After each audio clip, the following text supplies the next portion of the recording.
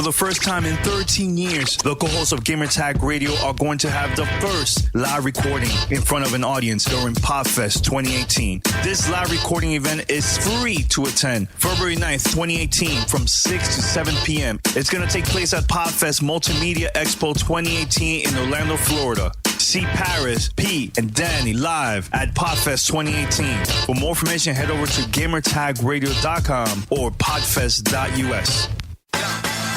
Ladies and gentlemen. Ladies and gentlemen. Podcasting since 2005. You're listening to Gamertag Radio. With your host, podcaster Hall of Famer Danny Pena, the always opinionated Paris Lilly, and from outside of the norm, Peter Toledo. This is Gamertag Radio. Here we go.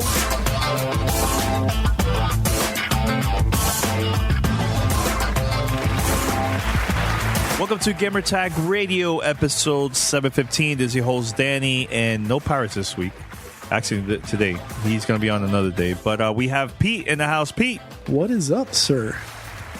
Good, man. What's up with you, man? What's up with you? Doing well. Just finished hanging out with some of the Gamertag Radio community, playing PUBG. Got myself a chicken dinner before the show, so I'm nice and stuffed. I'm going to finish it off with this Cayman Jack Cuban Mojito, and let's get the ball rolling on the show. Yeah. Let's talk about the real exciting news. You got an Xbox One X. You are now enhanced officially. You have a Scorpio. Talk to me. Yes. Well, this is not a full review, guys. This is I just want to know your personal, since the moment you opened it and you put the unboxing on social media. What has it been like for Danny Pena? What has it been like now that welcome to the 4K revolution? It shall be televised. Well, I'll say this: I was very excited. Like I opened the box and I got to see the whole review unit kit there. It had, I believe, 20 games. I gave every single game out. I think I only kept like maybe one. Everything was like just give it away and stuff. But the console, man, Pete, it's heavy. I was not expecting this to be really heavy, but this console is really, really heavy. But just super easy because I transfer all my games to my hard drive. So I connected my Xbox to the hard drive, the Xbox One X, and it was smooth. Now, I started to play some of these games that said enhance. I was thinking that they already it got downloaded, all the updates. Dude, I had to download it, every single game that I had that was enhanced. The only one that I stopped was Quantum Break because I'm like, I don't want to see that in 168 gigs of additional content there. So the internet's probably screaming, "Oh my god, the data!" But yeah, I downloaded everything, Forza, Gears, everything, and I've been even testing out like the old games and everything. So I'm gonna go with the old games first because you know me, I love my old games. But Gears of War 3 from the original Xbox 360. Yo, that game looks so good. Enhanced for the Xbox One X. I can't help but giggle every time I hear that. P, like I am not joking. It looks so good, man. Like I played that game so much on the 360, and I also played it, on Xbox One S. But when I tried it out for the Xbox One X, man, huge difference. So clear, so clear. I haven't tried Halo 3 yet. I'm gonna try that out soon. But another game I wanted to test out to see how it looked was Ninja Gaiden Black, from the original OG Xbox. It looks so good. So good. More like the detail, the images, everything looks like crystal clear. And I believe Alba said that this is like a 16 times the resolution from the original. So that's crazy. Now, going to the new games, the one that looks the best so far that I've seen is Gears of War 4. One of the best looking 4K games I've ever seen. It's 4K. Like I played in 4K. I played a lot of games in 4K because of the trips that we've been going. Mm-hmm. Now, most of the games that we've been playing has been 4K and everything. I love Assassin's Creed. I love Project. God, why I always say that? Forza 7. There you go. I played all those games, right? But man, Gears of War 4, dude, it's a beauty, man. I know Paris and you guys played already on the PC in 4K since last year. But man, this time, man, oh my God, it looks so good. So good. I was even taking pictures to show it to Pete, and Paris like, this is no joke, man. So in the settings, you could change it, like if you want to put it enhanced or not. So I was like, I'm going all out, with this, and it looks really good. I think it was so worth it, man, for that game. So here's the thing, like there's some games that says enhance, but you can't really tell the difference. Yes, it's clearer and a little bit better compared to the Xbox One S, right? But it's not like groundbreaking, like wow, Gears of War 4 looks like that. That to me was like, that's the title for this, and also Forza 7. But some of the titles, I was like, oh, okay, it's clear, but it wasn't like Gears, right? But now, question. Let me ask a qualifier question on that. Was those the ones that you felt weren't as enhanced, right? The ones that weren't as enhanced, were those the third party or the first party titles? Third party. I mean, so there may not be a full enhanced package for those. No. Like right now, I'm playing Wolfenstein 2. Mm-hmm. That one is enhanced. I believe it's also 4K and all that. It looks good. It looks really good. But there's some games that it stands out more than others. Right. It looks good compared to the Xbox One S, but it's not the full potential, like all the way up. You know what I'm saying? All right. So now, one game that I noticed that I was playing that earlier today and also last night that looks beautiful in 4K is Thumper. And a lot of people are not even talking about that because it's an indie title, but it looks great. It looks really good. Now, is it up there with Gears? No. All I'm saying is because I played that game so many times, once I got to see it in 4K, I was like, wow, I could tell the difference, man, Now, another third-party game that I think stood out a lot was Assassin's Creed Origins. That one is pretty up there, too. I think out of all the games, I put it up there maybe third or fourth up there in the list of like the top games that, in my opinion, look great on the Xbox One X. I'm going to guess your top four. I'm going to say Gears, Assassin's Creed. Oh, no, wait. Gears, Forza, Assassin's Creed. Yes. And what's my fourth one? I'll let you guess. I got to think. I'd say Call of Duty or Star Wars. It's funny? It says that Call of Duty World War II is 4K enhanced. It looks good, but there was no update. Like, unless they made a mistake, but it's not in the section of Xbox One enhanced games. It's not there. It's just in the regular games. Okay. So I don't know if that was a mistake or I don't know. Now, you know which game looked really good? Halo 5, man. Looked really good. Really good. I was like, you know what? I'm going to start this game from the beginning. Let me just, brand new campaign. And yeah, that game looks good. Look good. The reason why I'll put Assassin's Creed Origins at the top, maybe it's because just the ancient Egypt, the design, the environment, and everything that's going on in the game. Mm-hmm. So now, one thing I've been having issues. I don't know why it's not downloading it every time. Every time I try to download it, stops. So I have to figure this one out. Is the Dolby Atmos? I don't know why it's not downloading. So I have to fix that in the background. Now, another thing too, my TV is not HDR10. Okay. I think they call it HDR Plus. It's like some weird Samsung feature, I guess. It's their iteration of it, I believe. Yeah, but it's not the official HDR10 that now that a lot of most TVs nowadays they have that now. So it still looks good, man. It still looks good. I'm loving this console, man. Loving this console. It's loading a lot faster compared to like the previous version, of course. Some of the games goes like this super quick. Like today I was streaming Battlefront, Star Wars Battlefront 2 online. Looks beautiful. I'm excited, dude. I'm excited. And honestly, this is the first time playing the Xbox version because when I went to the event, it was all PlayStation 4 Pro, and also PC version.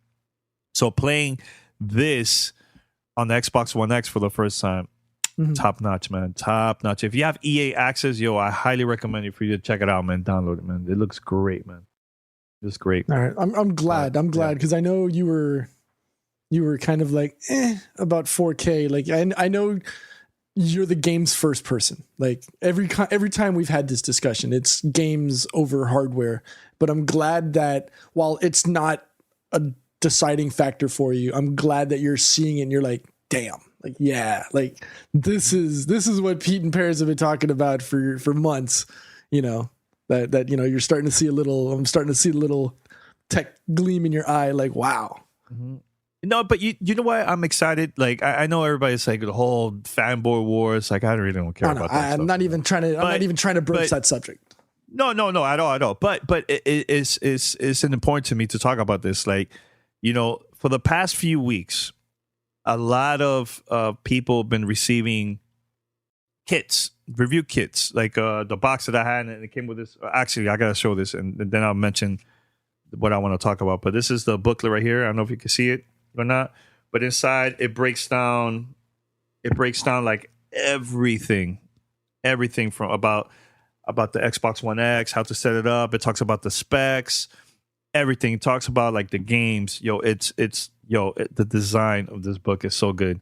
So they only sent those to influencers and content creators. Now, the majority of people that receive this unit, based on that I've been checking out, like on YouTube and Twitter and stuff.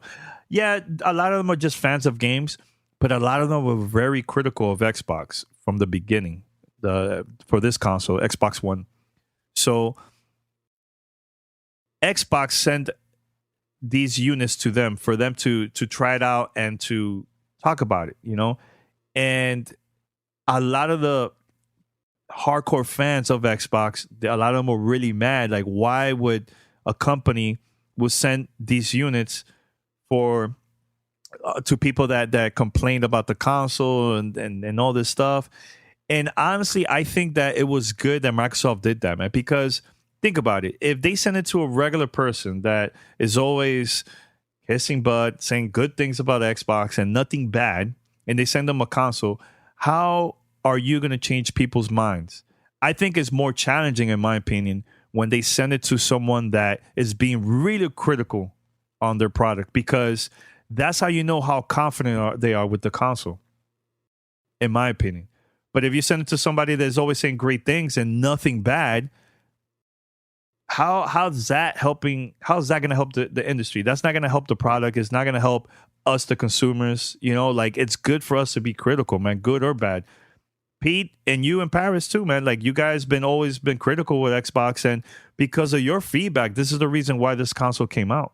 And understand that the only reason we're being critical, or had been critical in the past, is because we want them to succeed.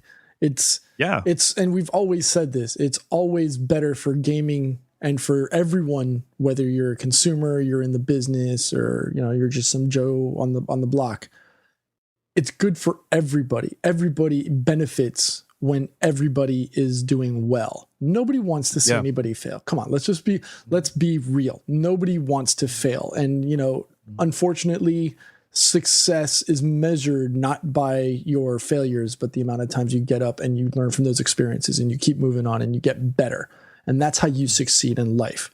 Right. So, I mean, we'll leave it at that, I guess. I don't want to keep dwelling on the subject, but I did want to hear your feedback and how you felt in general now that you've gotten your Xbox One X. Yeah, I'm happy. I think, listening to Albert Pinello's interview last week, that Paris mentioned about the future, the console, like he sees the potential of like great things happening next year or maybe 2 years from now, because now, a lot of these developers just received the kit like a few months ago, and look how the games look now. So imagine once they have more time with it, a year, 2 years from now, we might see some great games, man. And I think it's great for all of us, man. Great for all of I us. hope so. You have the I really PlayStation 4 Pro. You have the PC. You have, man. Look at the Nintendo Switch. Like, I've been playing Nintendo Switch nonstop. I'm playing Doom for the past few days. The gaming right now, it's so good right now, man. I'm happy that we're alive seeing this, man. Because there's so Great time to be alive as a gamer. yes, man. Like, yo, PUBG changed the game this year. Look at Mario Odyssey, one of my favorite games this year. Look at Zelda. We never seen Zelda like that before? There's so many great games, man. And I just feel that appreciate that, man, and send your feedback and enjoy it. Enjoy it, man. This is the right time for us to just enjoy this and have fun, man. Because it's a great time to be a gamer, I think, in my opinion. So, I agree. Yeah, and I can't wait for Uno for the Switch. All right, so let's go to the next topic here. It's like, I can't wait for that, Pete. I can't wait to play Uno for the Switch. You don't want this. All right, so yeah, but Pete, let's talk about this, man. Because I believe 2 years ago, you and Paris went to, was it London for Assassin's Creed Syndicate? Yes. And we played the game. I personally think it was a good game. It wasn't bad. It was cool. I had a blast with that. But the sales of Assassin's Creed Origins, man, doubled compared to Syndicate. It's getting so much buzz, man. Everybody's talking about it. It's selling a lot, man, which is a great thing. And it was good for them. Not technically take a year off, but just a break from the release and just continue working on the product, working on the game, and adding new things, man. But I'm very excited to hear this news, man, that Assassin's Creed Origins is selling like crazy. Yep. Great year for Ubisoft. Oh, no. Fantastic for Ubisoft. And, like you said, we saw, we had Assassin's Creed Syndicate 2 years ago or a year and a half ago with the twins. I enjoyed it. I had a blast with the story. I thought it was a great entry into the catalog of Assassin's Creed games. Has there been franchise fatigue with the Assassin's Creed title? I absolutely 100% agree with that as well. I think every long-standing title has a benefit from taking a break, right? Because yes, from a business perspective, everybody wants to keep going to the well and pulling out buckets of cash. That's why people go into business in the first place.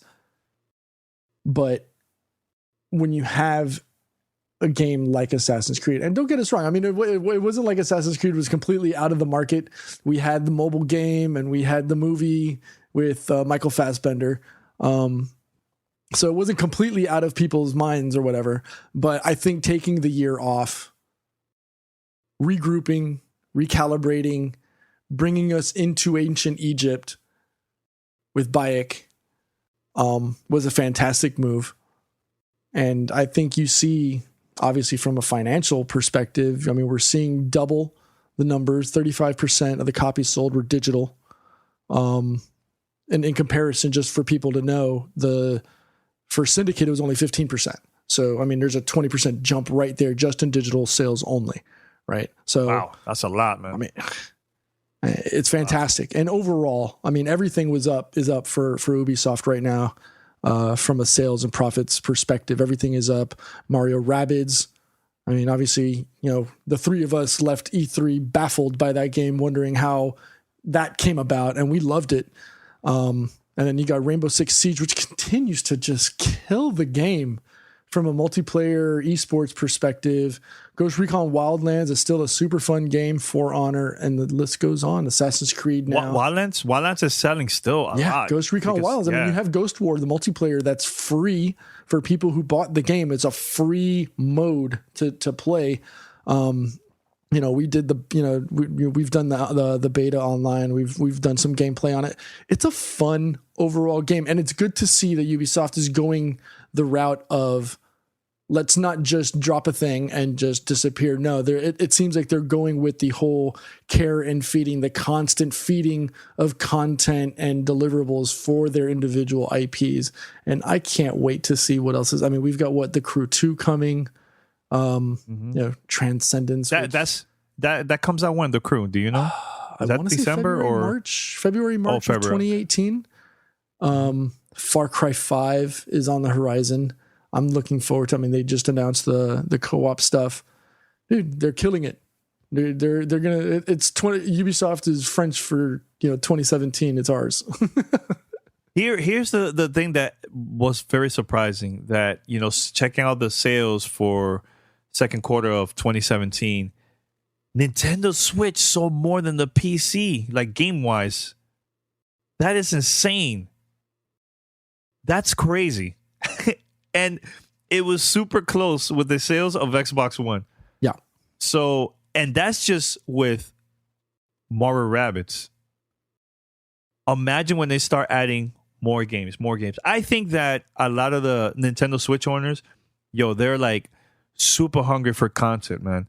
So when a game comes out, it could be from a big time publisher or from even from an indie developer. It sells a lot, man. Sometimes there's even games that sells more on the Nintendo Switch than the PlayStation 4 and Xbox One, because they are so hungry for content, man. So like just this month alone, so many games is coming out almost every week from Bethesda and from other companies like Take-Two. I think Rockstar is releasing some stuff, and but stuff like that, man. Even Capcom, believe early this year released their Street Fighter game, and that one sold over 500,000 copies, man, digitally. I mean, not digitally, but digitally and retail. So it's personally, it's a great year for Ubisoft, man. This is awesome. 100% agree. Really, really cool, agree. man. But PlayStation 4, of course, has been selling the most of of all the games. Well, I think I think that's because they're the big boy in the playground right now. Obviously they've got more. They've got more of a established consumer base, right? Give it another year, we'll see how Nintendo fares. Obviously, Xbox One X is going to be powering through the holiday season. I'm going to hazard to say, and it's almost a foregone conclusion between Xbox One X and Nintendo. I think that's where you're going to see a majority of the holiday sales. I'm not a financial guy. We can get Michael Pachter on the show for that. We're gonna talk about that now next. But go ahead. But yeah, I think the holiday season you're going to see a heavy dose of Xbox One X and Nintendo leading the way in sales. Not to say that it's a bad thing for Sony, because I mean, they're still, like I said, they're still the big elephant in the room. They're the bully right now. Just with an established number of console base owners. So don't get it twisted. I mean, holidays, people spend like crazy anyways, so don't be surprised. You're going to see a significant number of sales for PlayStation. But I have a feeling it's going to be, and I think it doesn't take a rocket science to figure this out. You're going to see a much higher number between Xbox and Nintendo Switch. Well, speaking about sales, let's read a couple analysts been predicting like what's going to happen with Xbox One X and everything like sales wise. Michael Pachter recently told GamesIndustry.biz that he's upping his Xbox One sales forecast from 1 million to 1.5 million for 2017 for now. And also the other analysts, the IHS Market, also raised their numbers too. So they're saying, based on the feedback and based on the reviews and just what people have been talking about it through like social media and everything, it is, and plus also pre-orders and everything, it looks like that they're predicting that this is going to sell a lot. I personally think that it's going to do pretty good, Xbox One X, but I think still Xbox One S is going to outsell the Xbox One X during the holidays, in my opinion. The reason is because just the price. Not everybody could just go and buy a $500 console, but I think there will be more people that are willing to pay for a cheaper console. Imagine during Black Friday, I wouldn't be surprised if they have this console for like $180, $200 or less, whatever, with a bundle of a game there. I could see that happening. But Pete, what you think about this, man? Sales wise.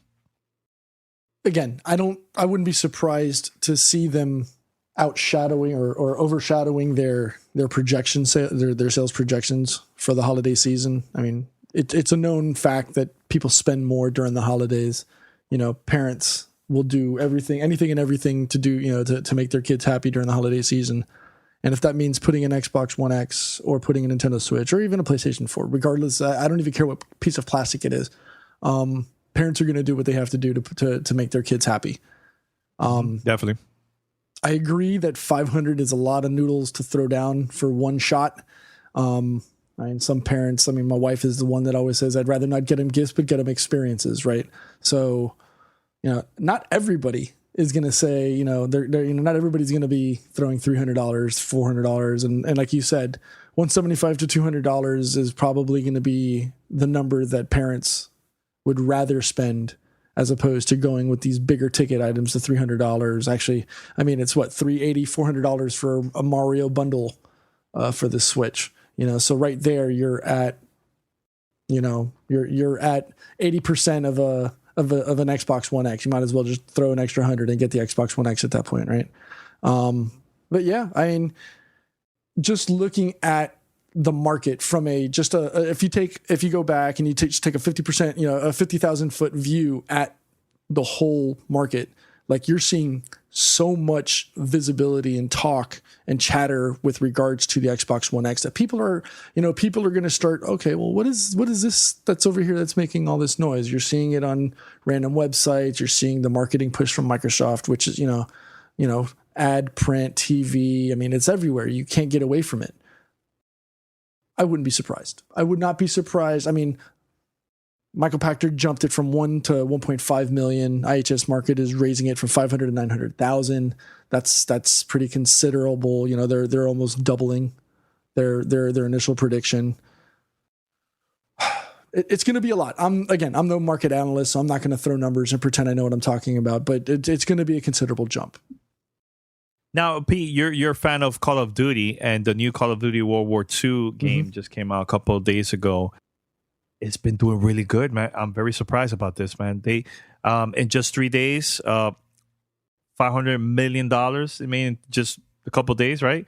And the sales twice compared to last year's, sales-wise. Are we surprised? Your thoughts about that?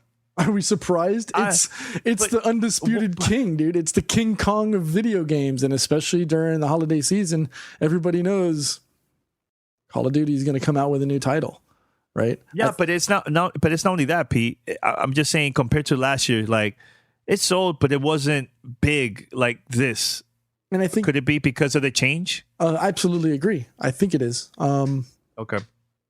People were getting sick and tired of the futuristic pew pew pew, give me the jump packs and and things like that. And I think that departure from what people expected Call of Duty kind of jarred them. And actually, I was reading an article yesterday that said, actually I can't remember if it was yesterday or this morning, that said that Sledgehammer Games actually wanted to make an Infinite Warfare 2. And it was the top brass at Activision that said, pause. No, let's go back to our roots. And although initially they didn't want to because they wanted to continue with the story of Infinite Warfare, they ducked their heads. They said, yes, Poppy. And they ran headlong into, the full-on research of World War II and everything up. And we're seeing the fruits of their labor right now, and everybody has been talking about it. It's what everybody's been talking about for the last couple of days. So shout out to the people at Sledgehammer Games for dropping a monster. We saw it at E3. We saw what they did. At least from a multiplayer perspective. I have not played it game, so I even said it. I was hesitant to pick it up. So I haven't picked it up. I haven't played it. I gave you the code. You haven't downloaded it with the code? You haven't sent it to me. I did. I'll send it to you again. I was like, wait, really? I sent you all the codes. It's all good. It's all good. We'll check later. If you send it, I'll play it this weekend. I'm not doing anything at home. I'm home all weekend, so I'll play it. I'll probably stream it. That we know. That I know of. I should be home. Yeah. Okay. But yeah. Again, it's the undisputed GOAT. You can't complain when you're Activision's top brass and you're seeing, Call of Duty World War II setting a record as the best-selling digital full game by units sold on its first day of availability on the PlayStation 4, which is the lead platform right now for them. Overall unit sales at launch double year over year globally when compared to Infinite Warfare from Infinity Ward. All right, so we're going to be right back. We're going to take a short break here, and once we come back, I'm going to play preview of Star Wars Battlefront 2 that I recorded a couple of days ago. This is just a preview, all right? Review coming soon. So we'll be right back after this. You're listening to Gamertag Radio.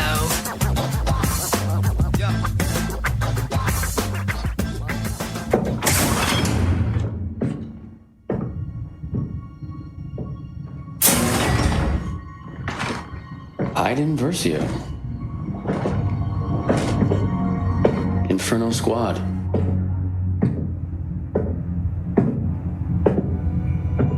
Commander Versio. You must be important. All right, so I'm back here all the way from San Francisco. I'm back here in Miami, Florida. And yes, can you believe I was over there for 2 straight days and I got to play the full game of Star Wars Battlefront 2. Now, before we talk about Star Wars Battlefront 2, you know, I go way back. The last game, I was invited to go to Sweden, over there in Stockholm, and I got to hang out with the developers of the first Star Wars game, Battlefront, with the whole DICE crew and everything. So that was a lot of fun. This time, EA invited me and others to actually play the game. This is a review event. So I captured everything. I'm talking about the whole time I was there for 2 days. I captured everything from the game. So this is not a review. This is more of a preview. I want to show you some parts of the single player game and also the multiplayer game. Fiat. Get me Inferno Squad now.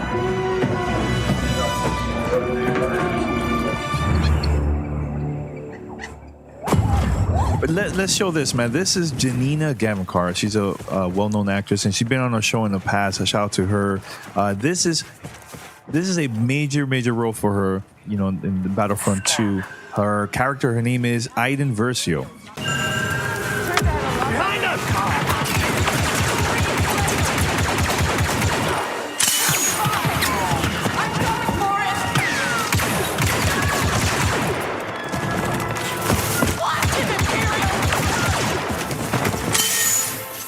Over. Bunker is secure. All right, so Star Wars Battlefront 2 features a single-player story mode, customizable character class system. It features vehicles and locations from the original and prequel sequels from the Star Wars movies. You could also we'll get to see heroes and villains based on the characters from all the Star Wars movies. Of course, like, for example, you'll see Luke Skywalker, Leia, Han Solo, Chewbacca, Yoda. And this is all available to multiplayer, where there's, like I said, there's so much stuff to do compared to the Battlefront game. This one has way more stuff now, more than ever. And the game is scheduled to release November 17th this year for the PlayStation 4, Xbox One, and also PC. So Iden Versio, she's the leader of an Imperial Special Forces group known as Inferno Squad, played by Janina Gavankar. I gotta say this, Janina, I am so proud of you because, you know, I seen her, you know, working a lot of movies, and she's done stuff for video games, but this is a major role for Janina, which is cool, man. Really, really cool. So we're proud of you here at Gamertag Radio, Janina. I mean, there's so many options for multiplayer. Look, there's Galactic Assault. You could play 40 players. Starfighter Assault. That one you're going to be flying around and everything. So it's basically 2 teams of pilots that take control of the fighters and bombers and so on. And yeah, there is objectives you have to do in there during the space battles. And that one is, believe, 24 players. There's heroes versus villains, 4v4, 8 players in total. Strike 2 teams of 8. You also would do objectives based on scenarios, depending on the location and everything like that. That one is 16 players. Or Blast. Blast invites players to leap into a fast-paced, close-quarter combat. That one is, I believe, 20 players and so on. In preparation for Operation Cinder, we've been ordered to the Fondor shipyards. Agent Hask, you and I will retrieve experimental satellites for the Star Destroyer Dauntless and oversee security for Moff Wraith. There's a lot of things to do here, man. You know, a lot of things. And, you know, I just want to say thanks to EA, you know, to inviting me and everybody else there. I think there was like in total like close to like 50 people. And we were playing this for like 2 straight days. So right now you could download the game if you want to try it out for the first time. And I believe you can also play the first 3 missions of the game, and also all the multiplayer available there. You can play, I think, for a certain amount of time. Go right now to EA Access right now and download this and check it out and let us know what you think. All right. Once again, thanks a lot to EA, and I'll see you until next time.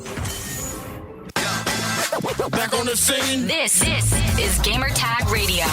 Voicemail at 786-2737-GTR. All right, so that was preview of the game, Star Wars. Make sure to go right now and download it. It's available at EA Access. Go over there, download it. You're going to have a lot of fun. I believe they'll give you like 10 hours worth of content. You there, and then they'll stop after that. So, and it's free trial. Pete, you ready for a fan mail? I think we're going to do some fan mail stuff here. Okay. All right, here it goes. It's time for fan mail. Fan mail at gamertagradio.com. Hello, this is David from Baltimore. I'd like to ask you guys a question. Just a couple of weeks ago, when EA decided to close down Viscerect Games, that we were going to get that single-player Star Wars game that I was so looking forward to, but now that's not going to happen. But people on Twitter and social media were discussing about how EA is handling the Star Wars rights. And I was watching this YouTube video about, does EA hate Star Wars? Now I was asking about this. Should Lucasfilm and Disney did what Marvel did with their games? Now, Marvel has their gaming studio, but they went with different publishers and different developers to make their own Marvel games. So far, we're getting a Spider-Man game for PS4 and an upcoming Avengers game. And we already have Marvel vs. Capcom from Capcom. So do you think that Lucasfilm and Disney should let Star Wars, different publishers and different developers, handle Star Wars games? Now, I would love to see Naughty Dog make a Star Wars game. You know, a single-player Star Wars game, or Bethesda Games make a Star Wars game, or any of these publishers and developers did handling the Star Wars rights. So what do you think about that? Thank you, and hope you have a wonderful day, and I enjoy your podcast. Keep up the good work. So, from what I understand, there's a contractual obligation between EA and, we'll say, Disney, because at the end of the day, Disney owns LucasArts, right? It's theirs.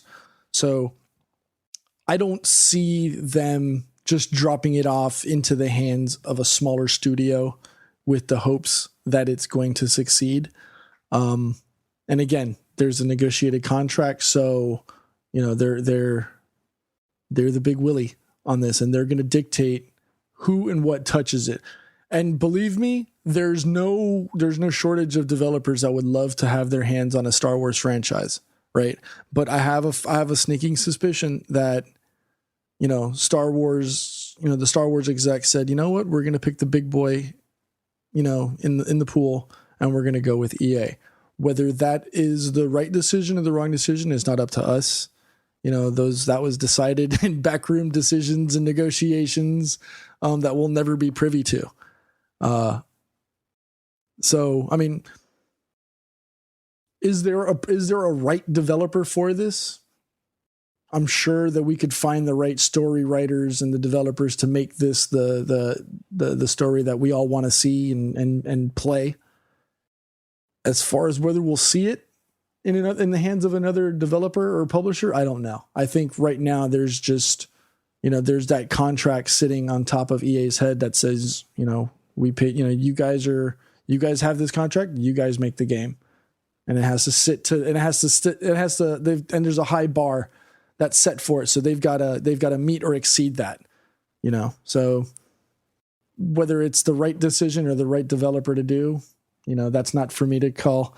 I mean, if you ask me, I would love to see Naughty Dog touch that.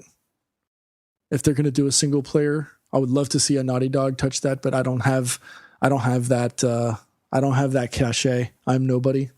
I'm just this guy in West Palm. So I don't get that look. So I'll say this. Two things I will say. One is go, if you have EA access, try it out, the game. Both, you go try the single player and also multiplayer. And the second thing I will say is stay tuned for my review. That's all I can say. That's it. I can say nothing else. Just wait for my review coming very, very soon. So question. So the same way I answered it at the end, if you could have a developer and or publisher to do a Star Wars game, has nothing to do with Battlefront 2, so don't worry about breaking NDAs or encroaching on whatever. If you had the opportunity to say, okay, I have X amount of dollars and I want you to make a Star Wars game with the permission from LucasArts, and you get to go to one developer of choice, who would you go to? The people that worked on Knights of the Old Republic. BioWare, I think, will be one of my favorites when it comes to like RPGs. Like to this day, that is like a special Star Wars game, man. Special. The story was so good. It was so good. Even better than the movie from the episode 1 through 3. You don't talk about those movies, Danny. I know, but I'm just saying that game alone is better than those 3 movies combined. That's how good that game is. The story is amazing. So good. Okay. All right. So this one is from Joe Coleslaw. Good moment. Actually, good morning, everyone, I think is what he's writing. I heard your show advertised on CBS Play.It's The Taz Show, and now I can't get enough of your show. How do you feel about the morality and reputation engines in certain video games of the past and present? Games like Fallout, Dishonored, BioShock, Infamous, Red Dead Redemption, and Fable, just to name a few. Use the choices you make to shape the game around you. Do you see many developers continue with this trend in games to come? Pros and cons? What games would you add this engine to? I say it increases replay value, but also seems forced to take it to one extreme or the other throughout the game. I mean, who wants to be in the middle of the road for so long?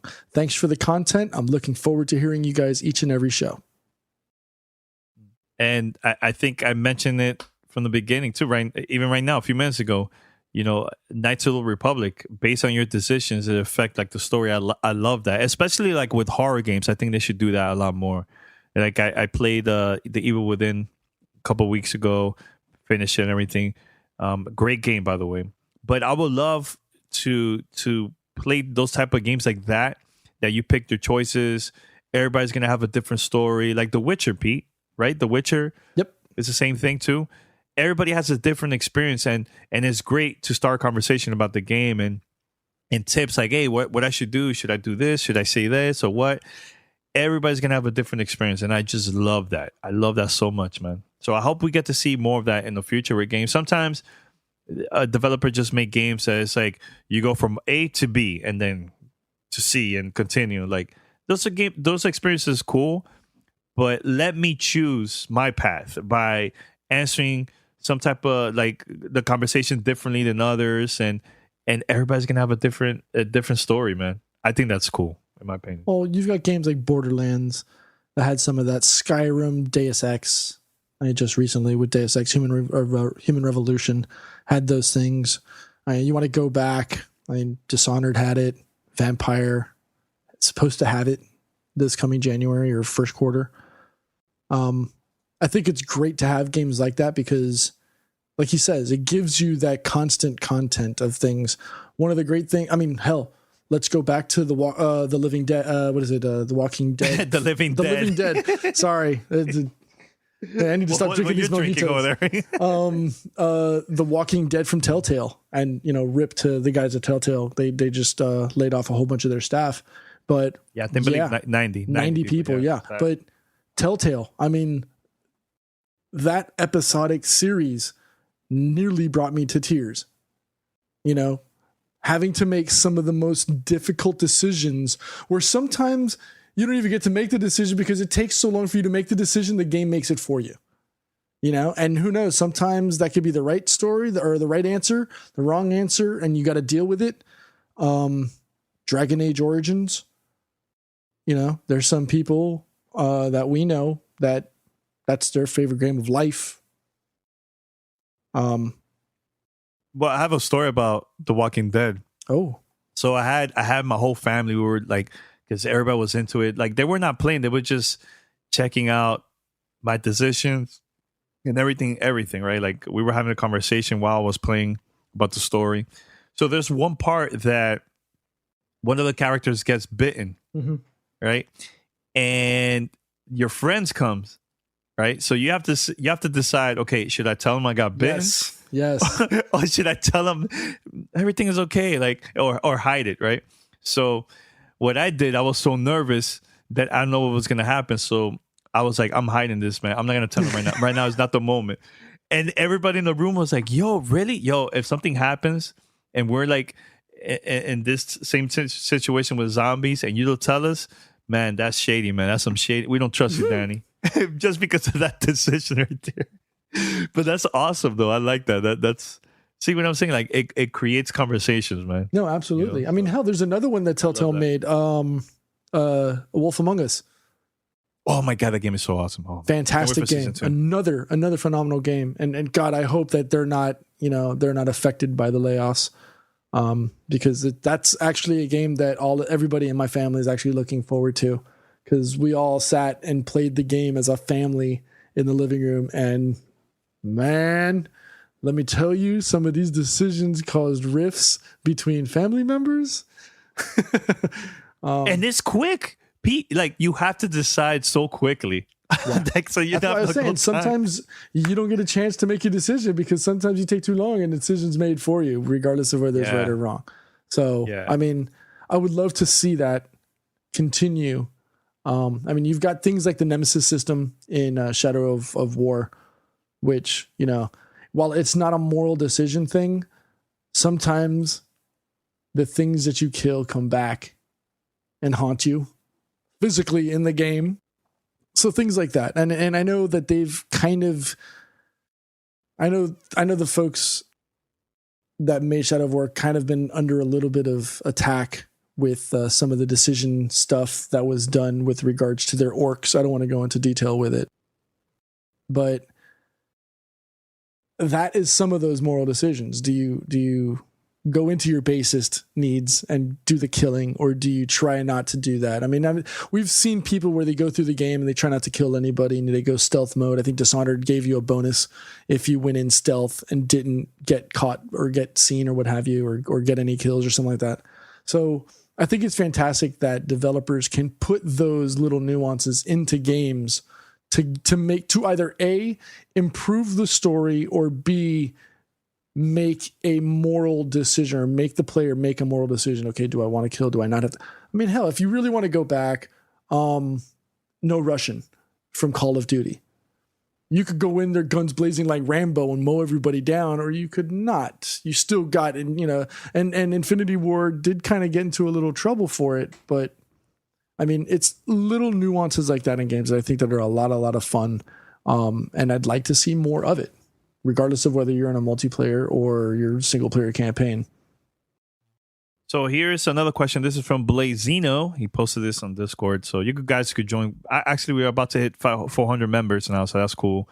So whenever you get the chance, join our Discord channel. Pete, what's the URL? People want to join? Discord.gg/GTR. There you go. All right, so he says, "Hey GTR crew, I just finished listening to episode 714, where you were talking about Mario Odyssey and possible DLC for it. As I was listening, I was thinking if Nintendo ever released a Bowser standalone game before.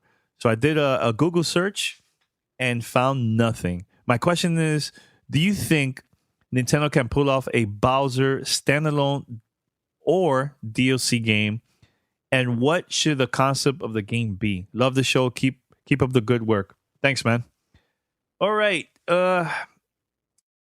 standalone is going to be pretty hard. I could see them maybe releasing a DLC of Bowser. I don't want to say much about like the Mario Odyssey stuff because it's spoilers and everything like that. But I could see that, or I think I said this too. I think that we might even see like a Luigi type DLC for Mario Odyssey. That's what I think, But now the thing is with Bowser, it's kind of hard unless Nintendo will come up with some gaming mechanics that will make it a lot of fun. But it's kind of hard to do something with him because he's usually like slow. Like if you play with Bowser on like Mario Kart, even his driving, he's heavy. He's a heavy character, But with Mario, Luigi, and all the other characters, they're a lot smaller, easier to jump around, do other things. So it's harder to do that with Bowser. I don't know if they do manage to create other games. Probably Bowser will be there as like a playable character, but not like a standalone. That would be kind of hard to do, in my opinion. I think, So I don't know. I was thinking of maybe seeing how, from Bowser's perspective, like playing Super Mario Brothers 2 or 3, trying to always avoid the attack of Mario, like flip the script 180 degrees, right? Go into the upside down. Bowser is the good guy, and he's always getting bullied by Mario. How do we know that Mario is the good guy? Maybe Mario is the bully, and Bowser's just sitting in his kingdom, and he's always getting attacked by the bully Mario and his gang of fighters. Mario, Luigi, you got Toad. They're always fighting. They're always knocking on your door because they want to fight you. You're just King Koopa. You're just trying to hang out. And you're if they do manage to do something like this, let us learn why Bowser is doing this. That would be awesome if they could do something where we could learn more about him, like why he's doing this, why he's that's always exactly what I'm saying. Like why? Like, but that's cool. But it's just hard, dude. It's so hard to come up with like a concept, a playable character. It's kind of hard with him, I think, man. They have to do something totally different and new for me to be like, okay, this is gonna be fun. That's the problem. But that's what I'm saying. It's kind of think of it as like Injustice, like the Injustice game for the comics, but flipping this like but going to the extreme and flipping it, like I said, going into the upside down where good is bad and bad is good, right? Mm-hmm.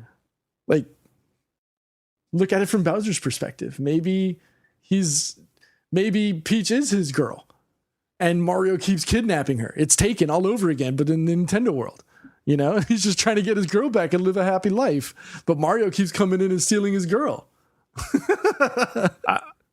For those who are listening right now, make sure to go and if you have the Nintendo Switch, I know everybody's loving Mario Odyssey. Don't get me wrong, I love that game. But play a Mario Rabbids. And once you finish the game, hit us up. I'm dying to know your feedback about that game, man. So make sure to download. That game is awesome too. All right, Pete, you want to play the second voicemail? Sure. I'll play it right now. Hey, what's up, Gamertag Radio? I hope all is well for you, Danny, Pete, as well as Paris. This is Keon. I just wanted to really quickly say you guys did such a great job with the interview with Mr. Pinello. It was very interesting. Loved the energy level. Was very forthcoming about a lot of things, and I just thoroughly enjoyed it. But sticking with the Xbox in mind, I guess, it was a big week for Microsoft this week. The Xbox One X has released officially, and overall it seems to have been getting good reviews. I would love to get your take on this, Danny. I know you just got yours, and nobody deserves it more than you. I know you said Microsoft sent it to you. You worked so hard, brother. I was so very happy to see that they had done that for you. But outside of that, the question that I wanted to ask you guys is, earlier this week, Phil Spencer had talked about the Xbox brand possibly going to streaming in the next 3 years and it not necessarily being a necessity to to actually stream some of the stuff off of a console itself.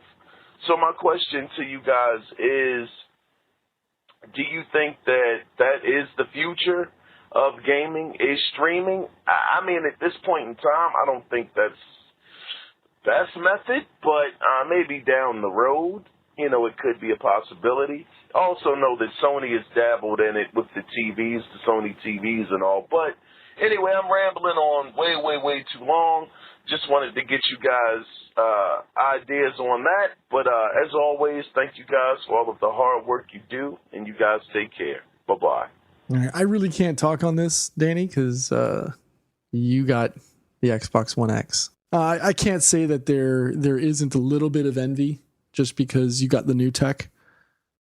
Still on the fence whether I'm going to get it or not. I really don't see an extenuating reason for it. So unless it looks, and I'm just curious if I'm even going to be able to play PUBG on a controller after having played it on keyboard and mouse for so long. I'm going to be trash. I'm guaranteeing it. I'm going to be trash on. I mean, hell, it's taken me 6 months to be halfway decent on keyboard and mouse. Now I'm going to have to go back to the drawing board. But is streaming is the future? Is streaming the future? I think. Okay, I was thinking about this because I listened to that voicemail, and the first company that I thought about was Nintendo. And the reason why I thought about Nintendo is because, you know, remember when the 3DS came out and the DS, the sales was like a little bit declining because everybody was focusing on mobile phones, tablets, kids going after that. They don't want no 3DS or anything like that, right? This is like years ago, the early days of 3DS. And the reason why Nintendo started now making games for the mobile phone is because they want to promote their products through apps. So let's say brand new Mario game, there's a Zelda game coming out, you know, Animal Crossing is coming out very, very soon for free for the iOS and Android. So what's going to happen when new people download those apps and they learn more about these characters that never play a Nintendo product? Maybe this will help Nintendo get new fans to buy their products, the 3DS, the Nintendo Switch and everything, because they made that move. So I can see why Phil Spencer and his team are talking about these streaming services, because they could easily release this on other consoles or other products, on maybe Samsung TVs or Amazon Fire or whatever. Like, they could start releasing those services where you could just go and maybe play some Halo, play whatever, like these games. And maybe by you doing that, you become a fan of those characters or those products. And then maybe that will help also Xbox to buy their console. I mean, these fans to buy Xbox console or their products, you know, just because of that. So I think the industry is changing. Companies just want to start doing new things just to get new fans, because that's more money if they can manage to do that. You know, now the question is this going to work? Is this truly the future? That's a huge question mark. But it's good that they're trying new things, because if you don't try new things, nothing, you're not going to go on top, man.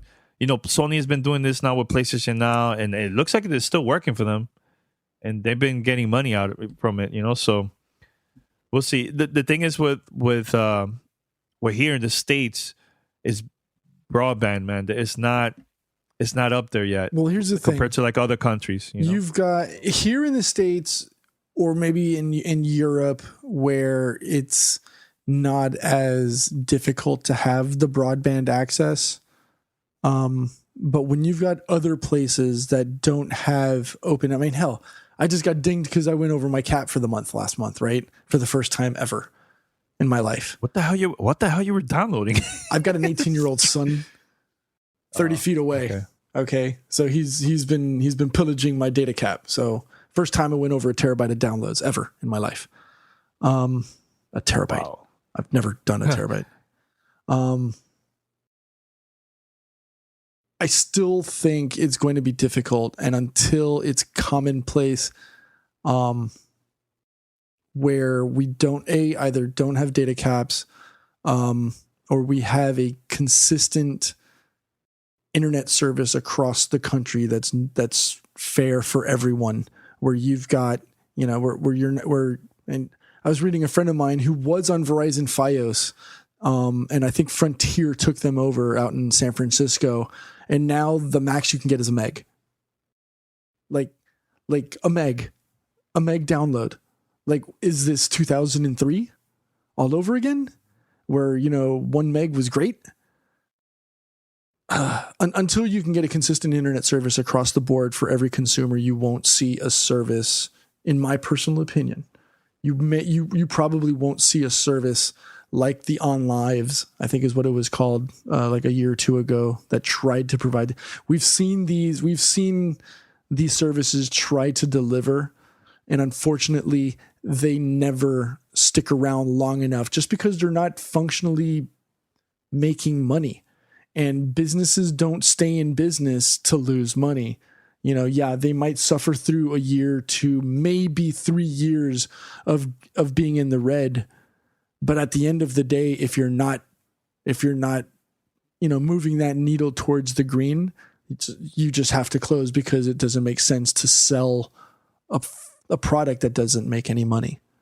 So that's why I always tell everybody, man, do research about net neutrality, because companies could easily change their mind and start doing these things, pay politicians for them to change the rules, and it's going to affect all of us that we play a lot of games, we watch a lot of Netflix, we use all these services, and then we're going to lose, especially now, PlayStation 4 Pro and now Xbox One X, that you could download all these games, and it's like, very big files.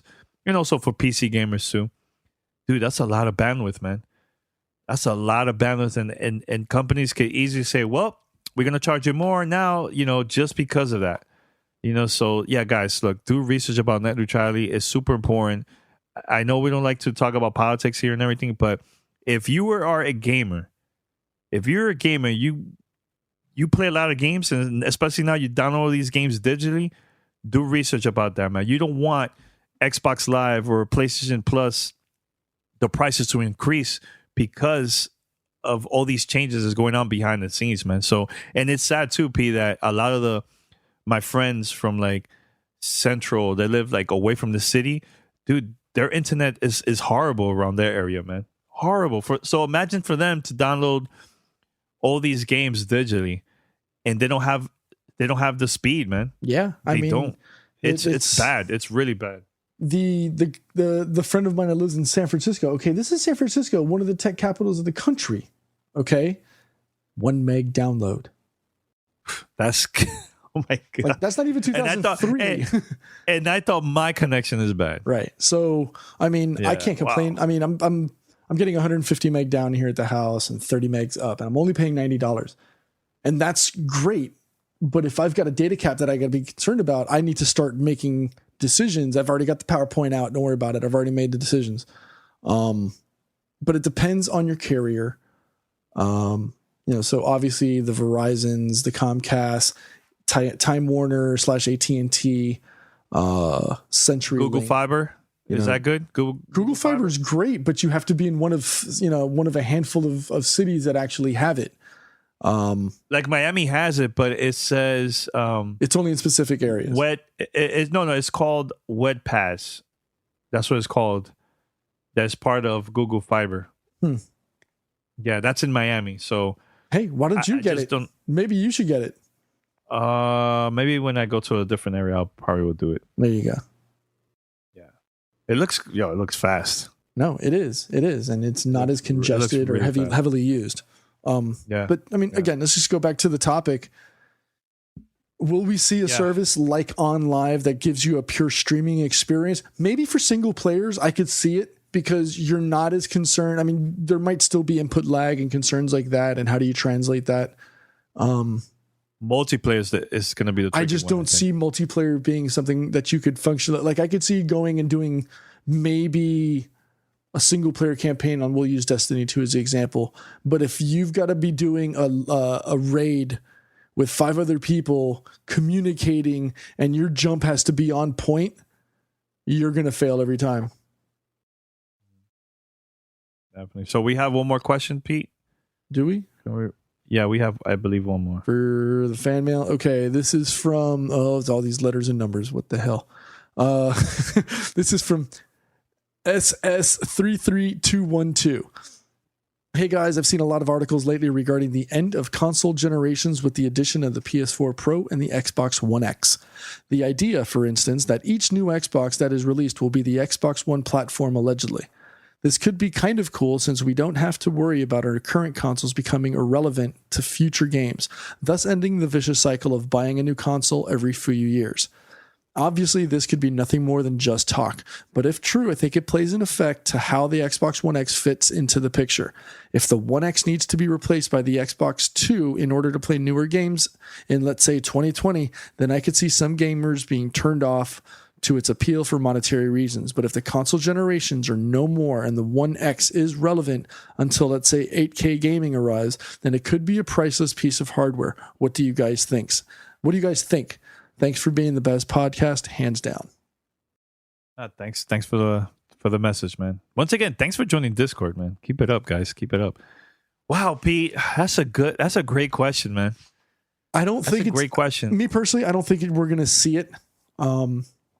Simply until the Sonys and the Microsofts and the Nintendos decide on a format of games, and until they can combined give you a level playing field, they're always going to one up each other, which is going to encourage the Sonys to make a PlayStation 5, forcing Microsoft to start research and development on an Xbox 2X. Nintendo kind of sits out on its own, doing their own thing and collecting boats of cash. So they're like, you guys can keep making these powerful consoles. We're going to come out and make a Switch and make boatloads of cash, and y'all can fight amongst yourselves amongst, the thing. I think Microsoft bringing the Xbox One X was them trying to level the playing field between PC and console gaming. As far as whether we'll ever see them say no, there's going to be just like a one unified console. Theoretically, it's PC as the unified console, but the problem is the level of entry from a financial perspective is so steep. It pushes more people away than brings them in, and the level of difficulty with having to go to keyboard and mouse as opposed to being straight controller kind of pushes people away. So because of the higher price tag, because of the level of complexity introduced, whether you're buying it off the market or you're building your own box, it kind of scares the regular consumer away because of that. It's like, okay, well, I can just pick up a controller and play, or I got to pick up the keyboard and mouse, and now I've got to do all this stuff, and then I got to worry about drivers and all that. No, you don't have to worry about that with a console. You turn it on, it works. I think Xbox are gonna stay and do new things with the next gen console that's coming out in the future. PlayStation, I see them doing the whole PlayStation 5, and Nintendo is more of, let's start a brand new hardware. Like, I don't see them doing the same thing. They're gonna stick with the Switch, of course, but if the team plans to release something new in the future, it's going to be like a totally different, brand new console. They've never been like Xbox or Sony that, I think they tried it with the Wii U, but it was kind of confusing for like the average person that went to buy their the console, because they thought it's like, oh, it's the Wii.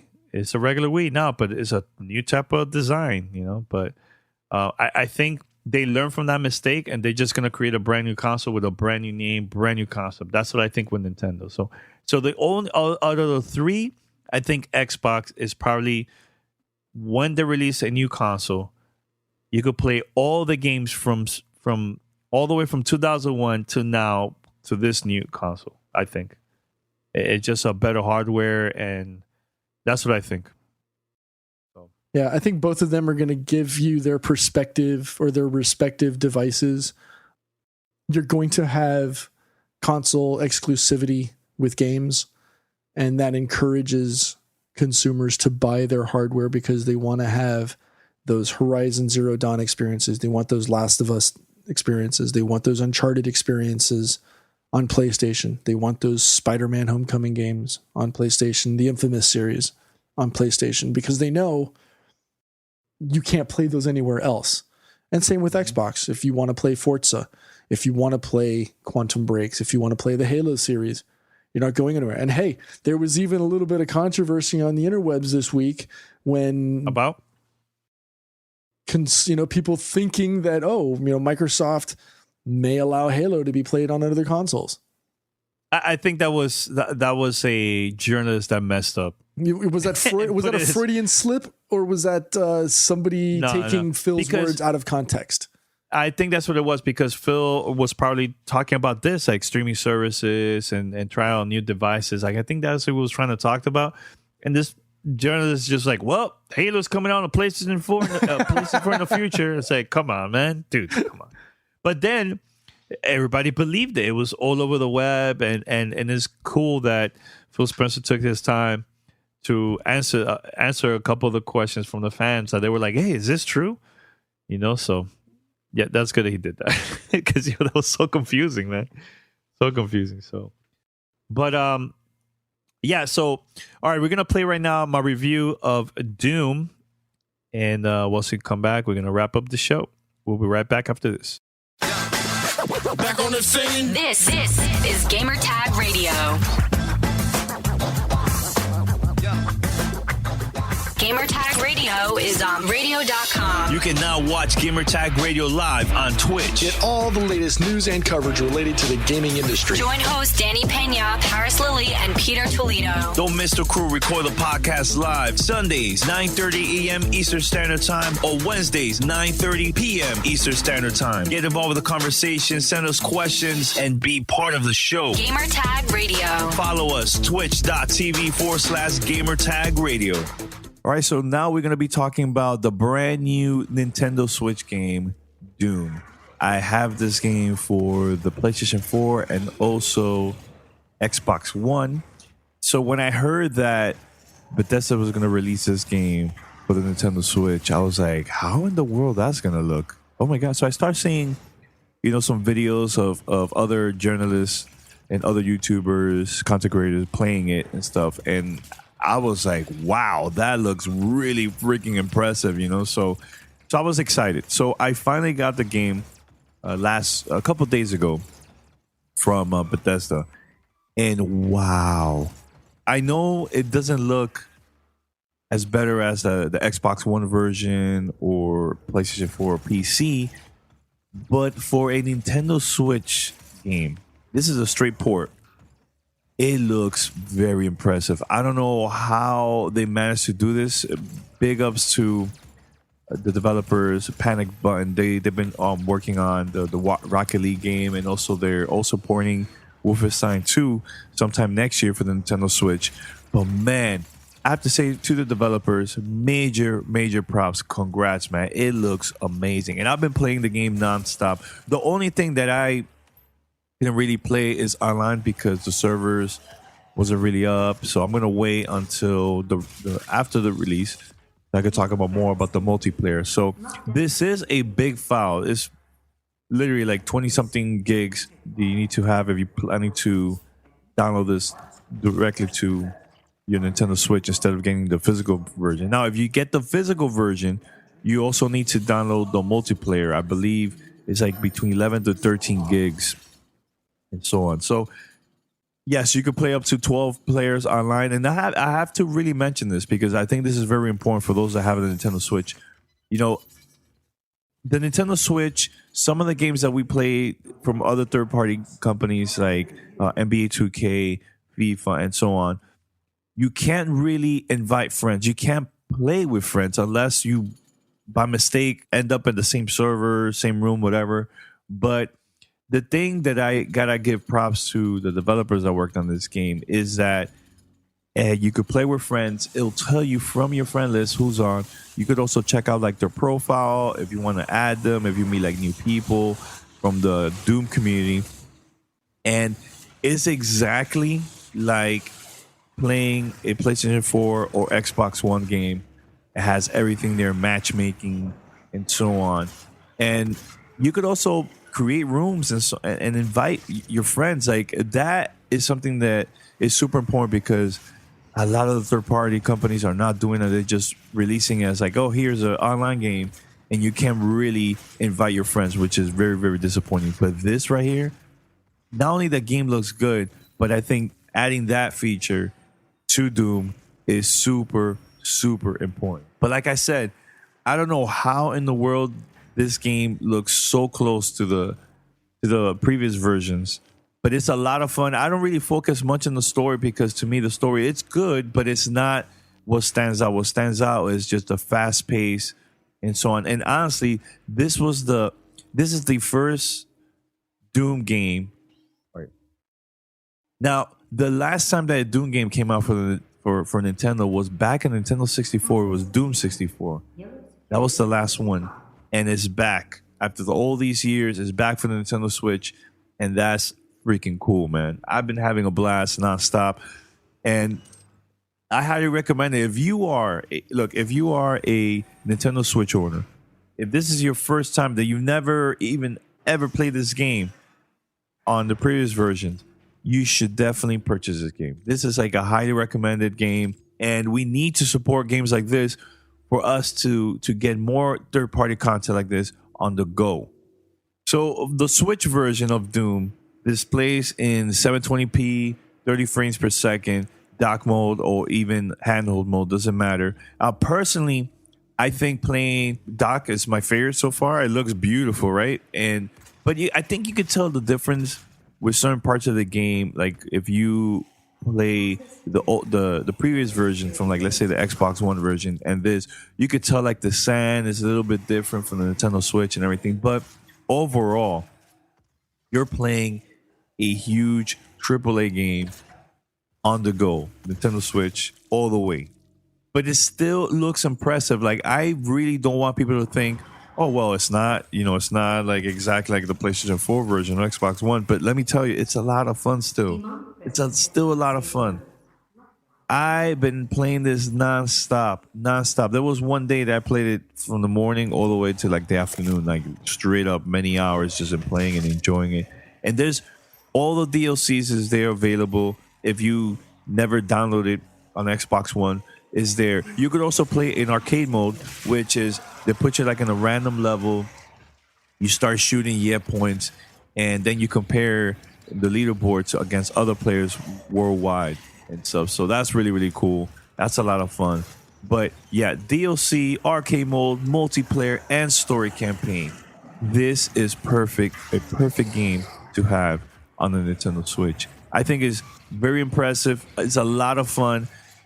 Again, go out there, buy this game. It's a must-have. And honestly, this game was considered Game of the Year for a lot of people when it came out in 2016.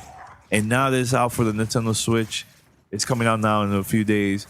Go out there and buy it and find out why this game is so impressive and so much fun. I highly recommend it. Love this game so much, man. Personally, as a Nintendo Switch owner, and I played so much of Doom for the past few days, I think it's the best looking FPS games on a handheld that I ever seen, period. With all those DLC content, arcade mode, campaign, and also multiplayer. It's a must-have. I think it's the best one that I've seen, period. I just want to say thank you to Bethesda for sending us the code for us to review, and hopefully our listeners will enjoy, man. If you get the game, let me know, and hopefully we could play some multiplayer action online, all right? Take care. You're listening to Gamertag Radio.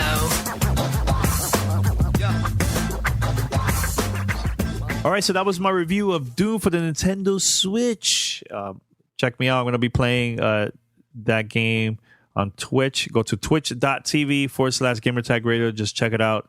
And yeah, you guys are going to be surprised once you see this, man. So, all right. So head over to gamertagradio.com, or you can also find us in different places. If you love podcasts, you go now to Stitcher, Spotify, iTunes, TuneIn Radio, and other podcast directories. Make sure to download it. And if you're listening to this through iTunes, we need your support. We need your help. This is like truly, we need your help. Go right now. If you're listening to this through iTunes, post a review, help us out. We'll go on top of the charts. It will help us to go up, and new people will start listening to us too. So yeah, do that. That will be huge, and a huge help if you manage to do that. All right, and Pete, anything else you want to say? Oh, this weekend is Pete's birthday, so shout out to you, Pete. Happy birthday! If I see you wearing the shirt, thank you. What shirt? It says happy birthday. What are you talking about? That's my niece's shirt. That's my niece's shirt. That's funny. Yeah, I wore this like last time at her party. It's all good. So yeah, man, I think this was a great conversation, man. Paris is gonna join us next time, right? I hope so. So yeah. Thanks a lot for everybody here listening to the podcast. We're out until next time. Peace. Thanks for listening to Gamertag Radio. Be sure to like us on Facebook and follow us on Twitter.